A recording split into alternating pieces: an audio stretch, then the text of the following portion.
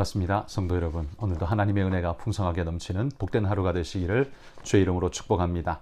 오늘 사사기 15장 1절에서 20절 말씀 함께 살펴보겠습니다. 얼마 후 밀 거둘 때에 삼손이 염소 새끼를 가지고 그의 아내에게로 찾아가서 이르되 내가 방에 들어가 내 아내를 보고자 하노라 하니 장인이 들어오지 못하게 하고 이르되 네가 그를 심히 미워하는 줄 알고 그를 네 친구에게 주었노라.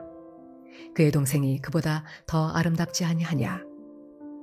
청하노니 너는 그를 대신하여 동생을 아내로 맞이하라 하니 삼손이 그들에게 이르되 이번은 내가 블레셋 사람들을 해할지라도 그들에게 대하여 내게 허물이 없을 것이니라 하고 삼손이 가서 여우 300마리를 붙들어서 그 꼬리와 꼬리를 메고 회를 가지고 그 두 꼬리 사이에 한 회를 달고 회에 불을 붙이고 그것을 블레셋 사람들의 곡식밭으로 몰아들여서 곡식단과 아직 배지 아니한 곡식과 포도원과 감람나무들을 사른지라.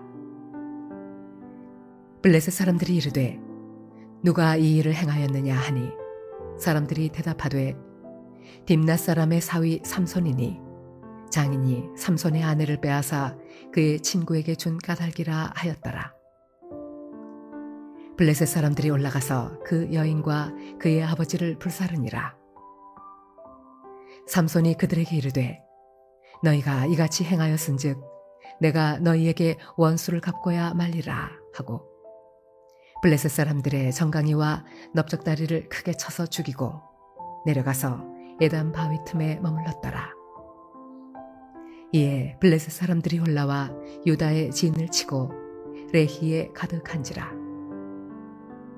유다 사람들이 이르되 너희가 어찌하여 올라와서 우리를 치느냐.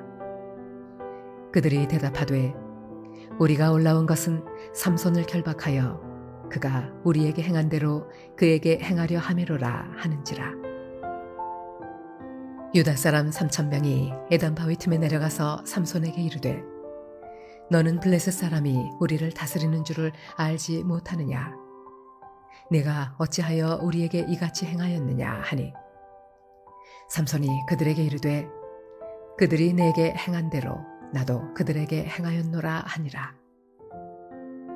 그들이 삼손에게 이르되 우리가 너를 결박하여 블레셋 사람의 손에 넘겨주려고 내려왔노라 하니 삼손이 그들에게 이르되 너희가 나를 치지 아니하겠다고 내게 맹세하라 하매 그들이 삼손에게 말하여 이르되 아니라 우리가 다만 너를 단단히 결박하여 그들의 손에 넘겨줄 뿐이요 우리가 결단코 너를 죽이지 아니하리라 하고 새 밧줄 둘로 결박하고 바위 틈에서 그를 끌어내니라.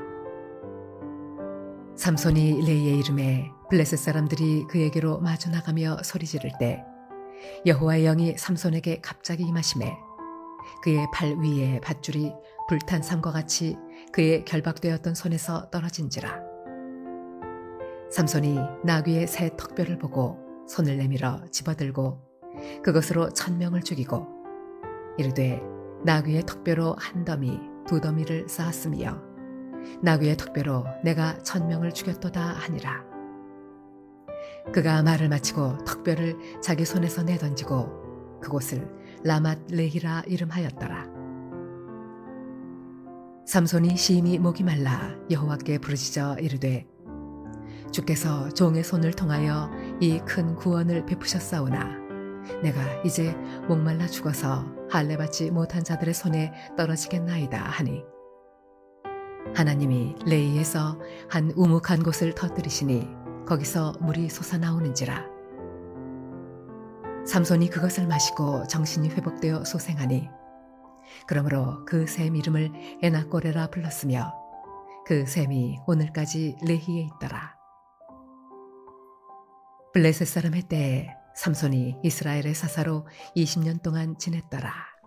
자, 오늘 이야기는 삼손이 이 블레셋의 여인을 사랑해서 그와 결혼하려 했다가 그 블레셋 사람들의 악한 행위로 인해서 이 결혼이 깨어지게 되죠.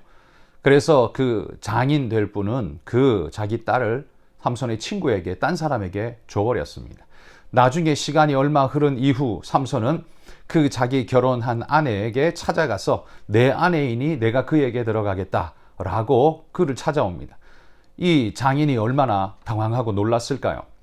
그때 결혼잔치가 7일 동안 진행되는 중에 이 일이 거의 마지막쯤에 파토가 나버렸기 때문에 이 장인으로서는 결혼이 깨졌다 생각하고 딴 사람에게 줘버렸는데 삼손은 그 여인을 찾으러 온 것입니다. 그래서 놀란 이 장인이 그 삼손을 달래면서 그 여동생, 그의 동생이 더 이쁘지 아니하냐, 그의 여동생을 아내로 맞으라 라고 이야기를 합니다. 이에 대해서 삼손은 분노하면서 내 아내를 함부로 딴 사람에게 주고 이 결혼을 파기시켜버린 이 책임을 물어서 이 블레셋 사람들을 공격하게 되죠.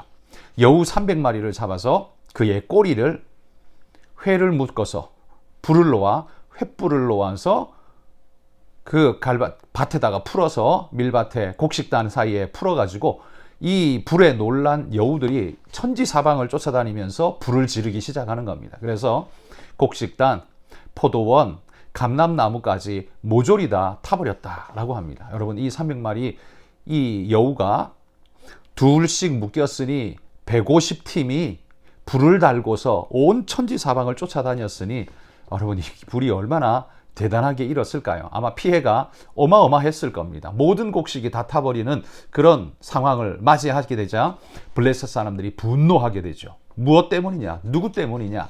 듣고 보니까 이 장인 때문에 이런 일이 벌어졌다라는 소식을 듣고는 그에게 와서 그의 딸과 그의 장인을 죽여버리게 되죠.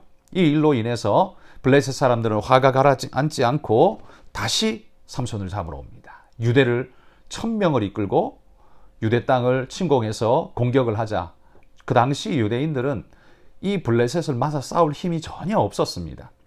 그들도 스스로 말하기를 블레셋이 우리를 다스리는 줄 네가 모르느냐, 그러면서 막 삼손을 달래면서 그렇게 제발 부탁을 합니다. 그때 삼손이 딱 한 가지만 그에게 약속을 받아냅니다.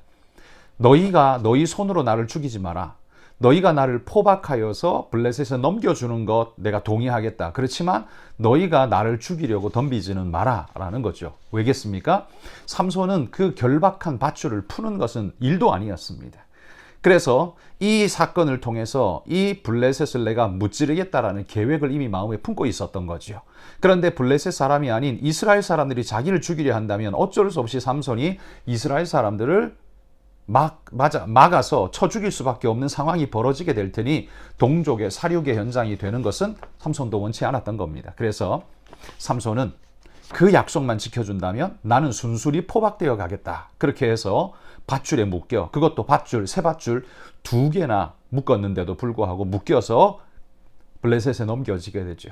그러나 블레셋에 넘겨진 삼손은 마치 불탄 삶처럼 이 밧줄을 쉽게 끊어버리고는 블레셋 사람들을 쳐서 죽이되 나귀 턱뼈를 가지고서 그 턱뼈 가지고서 블레셋인 1000명을 죽였다라고 이야기합니다. 어마어마한 일이 벌어진 것이죠. 밧줄에 묶여서 삼손을 잡았다라고 생각했는데 그 밧줄이 그렇게 쉽게 끊어질 줄 상상도 못했고요. 뿐만 아니라 새 나귀 턱뼈, 그러니까 죽은 지 얼마 되지 않은, 그러니까 뼈가 아직도 그래도 뭐 튼튼한 그런 턱뼈였겠죠. 그 뼈를 가지고서요 산자 1000명을 죽여버린 겁니다. 죽은 자의 뼈를 가지고 산자 1000명을 죽이는 엄청난 일을 삼손이 행하게 된 겁니다. 그러면 1000명을 죽이는 일, 아무리 삼손이라도 너무 힘들고 지친 일이죠. 이 일을 다 하고 났더니만 너무 갈증이 심하고 쓰러져 죽을 지경인 겁니다. 그런데 주변에 물이 없어서 울부짖어 하나님 앞에 기도할 때 하나님이 땅을 터뜨려 물을 내시고 그 물로 인해서 삼손이 해갈을 입게 됩니다. 오늘 이야기가 바로 이것이죠. 우리는 이야기를 쭉 훑으면서 우리가 생각해 봐야 할 2가지 사실을 한번 생각해 볼 수 있습니다. 첫 번째는요, 이 300마리의 여우 이야기, 이건 이전에 있었던 기드온의 300용사를 생각하게 합니다. 기드온의 300용사가 미디안의 13만 5천을 무찌르던 정말 별것 아닌 것으로 무찔렀던 기드온과 같이 삼손은 정말 별것 아닌 여우 300마리를 가지고 블레셋을 초토화시키는 어마어마한 역사를 이루었다는 거죠. 이것이 개인의 복수로 말미암아 시작된 일이기는 하지만 하나님의 큰 계획, 블레셋을 무찌르고 이스라엘을 구원하고자 하는 하나님의 계획의 일환으로서 쓰이고 있다는 걸 보게 됩니다. 하나님은 가장 작은 걸 들어서도 큰 것을 무찌를 수 있는, 무력하게 할 수 있는 능력이 있으신 분이시죠. 여러분, 우리도 하나님 손에 붙들린 300여우같이 하나님의 손에서 어디에 주님이 풀어놓으시든 우리가 그곳에서 하나님의 역사를 이루어갈 수 있는 믿음의 일꾼이 되기를 소망합니다. 비록 여우 한 마리는 아무 일도 못하겠지만, 그러나 오직 하나님의 손에 붙들린 우리는 하나님의 큰 일을 이룰 수 있다는 것 기억하면서 오늘 하나님의 이 손에 쓰임 맞는 그런 300여우가 우리가 될 수 있기를 하나님께 기도했으면 좋겠습니다. 그런데 한 가지 우리가 유념해야 할 것은요, 개인적 복수도 하나님이 쓰신다, 이렇게 이해하기 시작하면 성경을 아전인수격으로 해석하기가 쉽습니다. 이건 사실 삼손이 잘한 게 아니라 사실은 잘못한 것이었죠. 이런 모습으로 개인적 복수를 가지고서 이런 일을 일으키는 건 좋은 일이라고 저는 그렇게 생각지가 않습니다. 그렇지만 하나님이 그의 작은 것까지도, 작은 자를 들어서도 하나님이 쓰시는 어떤 큰 역사를 우리에게 보게 한다라는 측면에서만 우리가 그 교훈을 얻을 수 있었으면 좋겠습니다. 또한 그가 사로잡혀갈 때에 자기 동족 유다인들은 해치지 않으려고 몸부림하는 삼손의 모습을 볼 수 있습니다. 삼손은 힘이 세고 무식한 자처럼 우리가 보일지 모르지만 삼손은 자기 동족을 절대로 손대지 않으려고 마음에 결심하고 있는 사람으로 볼 수 있죠.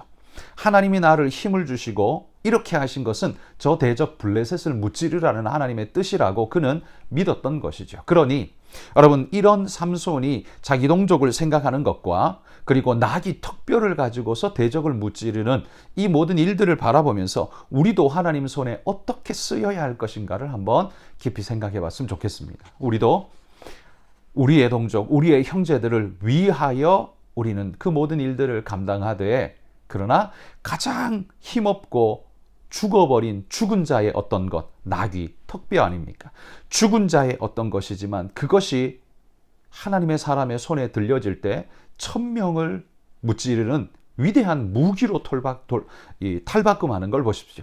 우리도 하나님 손에 붙들리면요, 위대한 역사의 것으로 쓰임받을 수 있다는 것, 탈바꿈될 수 있다는 것, 우리가 기억했으면 좋겠습니다. 여우 300이나 오늘 본문이 이야기하는 나귀 턱뼈나 무능의 대표입니다. 아무것도 아닌 것의 대표입니다. 그런데 이것이 하나님의 손에 붙들리면 얼마나 위대하게 쓰일 수 있는지를 우리에게 보여준다는 거죠. 그리고 마지막 한 가지 더, 이렇게 큰 역사를 이루었는데 정작 물이 없어서 죽어가는 삼손을 보십시오. 그리고 하나님께 구합니다. 제발 살려달라고. 그때 하나님이 작은 물길을 터서 샘을 내셨을 때 그 작은 샘을 통해 삼손이 생명을 구원함 얻는 것을 보십시오. 여러분, 우리가 아무리 위대한 일을 일으켜도요, 하나님의 작은 은혜가 없다면 우리는 아무것도 아니고 쓰러져 죽을 수밖에 없는 연약한 존재라는 것을 기억합시다.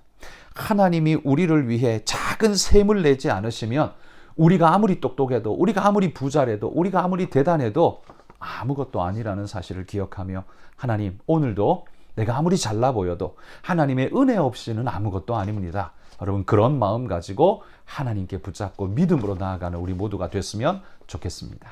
이 시간 같이 한번 우리 기도할 때요, 오늘 우리 선교사님을 위해 기도할 때는 태국의 김건용, 김동숙 선교사님 위해서 기도해 주시면 감사하겠습니다. 함께 잠깐 기도하지요.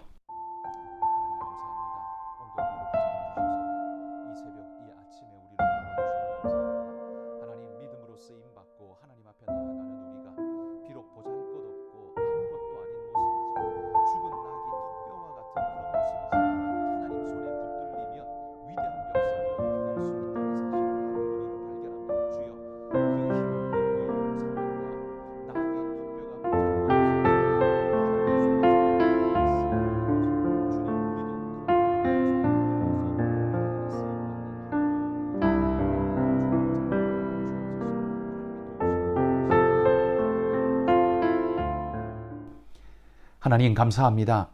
오늘 삼손의 힘자랑하는 모습이 어떤 면에서는 안타깝고 또 그 속에서도 역사하시는 하나님의 놀라운 능력을 봅니다. 주님, 우리도 삼손의 손에 붙들렸던 여우 300마리와 그 나귀 턱뼈처럼 우리도 주님 손에 붙들린 비록 보잘것없는 우리이지만 하나님 손에 붙들려서 위대한 역사를 이루어낼 수 있는 그런 믿음의 일꾼들이 다 되길 수 있기를 소망합니다. 우리는 보잘것없어 우리 자신을 볼 때 절망과 낙심밖에 안 되지만 그러나 하나님 손에 붙들릴 때에 위대하고도 놀라운 은혜의 역사가 이루어질 수 있다는 사실을 기억하며 오늘도 하나님 손에 붙들림 바 되는 것을 소망 삼고 믿음으로 기도하는 은혜의 일꾼들이 다 되도록 축복하여 주옵소서. 감사드리며 예수님 이름으로 기도합니다. 아멘.